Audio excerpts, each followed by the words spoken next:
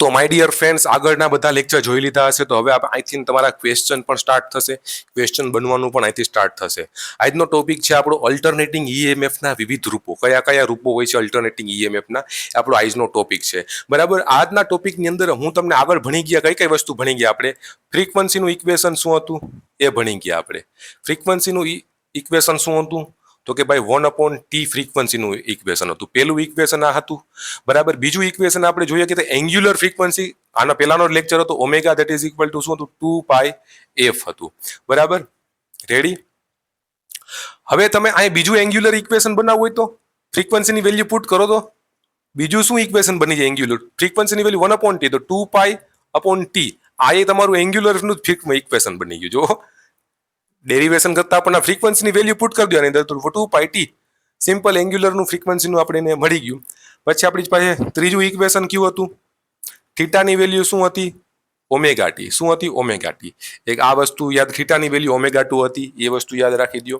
બરાબર. તો એટલી વસ્તુ આપણે યાદ છે એ રાખવાની, એટલા ઇક્વેશન આપણને મળતા હતા. હવે આપણી પાસે અલ્ટરનેટિંગ ઈએમએફના વિવિધ રૂપો. તો એક ગ્રુપ આપણી પાસે હતું અલ્ટરનેટિંગ ઈએમએફનું. તો ભાઈ આ ઈએમએફનું ઇક્વેશન શું હતું, ઈએમ સાઇન ઓમેગા ટી. એવી રીતના કરંટનું ઇક્વેશન શું થશે, કરંટનું ઇક્વેશન શું થશે આઈએમ સાઇન ઓમેગા ટી. વોલ્ટેજનું આઈએમએફનું વોલ્ટેજનું ઇક્વેશન શું થશે, voltage VM sine omega T, VM sine omega T. તો આ સિમ્પલ આવી રીતના બધાના સેમ જ આવે છે, I M V M V M sine omega t. Ready.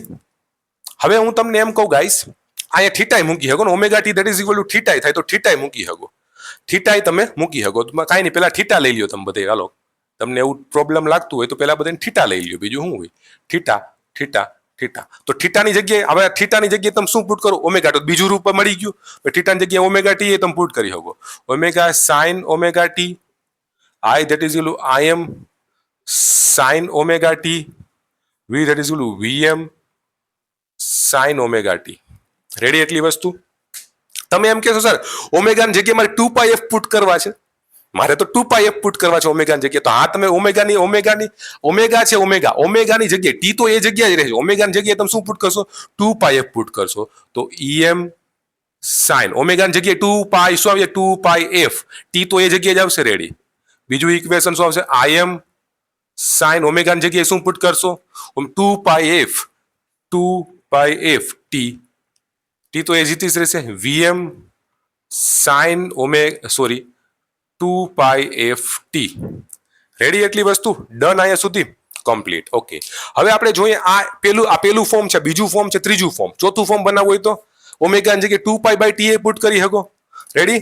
તો જુઓ સિમ્પલ છે, એફ ની જગ્યાએ શું 1/t મૂકી દો, એફ ની જગ્યાએ 1/t મૂકી દો તો IM sine 2πt/t, I that is equal to Im sin 2π. એ ફ્રીક્વન્સી નહીં આવે, એની જગ્યાએ 1/t આવી જાય તો t નીચે આવી જાય, અને v that is equal to Vm sin 2πt/t. તમે કહેશો સર આ t કયો છે, આ t અને આ t કયો છે, તો ભાઈ ચલો હું તમને કહી દઉં આની અંદર. બરાબર. જે આ t હતો ને આખી સાયકલને પૂરી થવા માટેનો આ t છે, અને જે આ ટી છે ને કોઈ પણ ઇન્સ્ટન્ટેનિયસ ટાઈમ છે, કોઈ પણ ઇન્સ્ટન્ટેનિયસ ટાઈમ ઉપર કેટલો વોલ્ટેજ છે ઈ આ ટી છે. કયો ટી, આ ટી છે ઈ. રેડી. ખબર પડી ગઈ. તો અલગ અલગ છે રૂપો છે. આ રૂપો ઉપરથી કાલે આપણે એક્ઝામ્પલ જોશું કે કઈ રીતના દાખલો પૂછાય છે, કઈ રીતના શું પૂછાય છે, એ બધું આને ઉપરથી આપણે જોશું.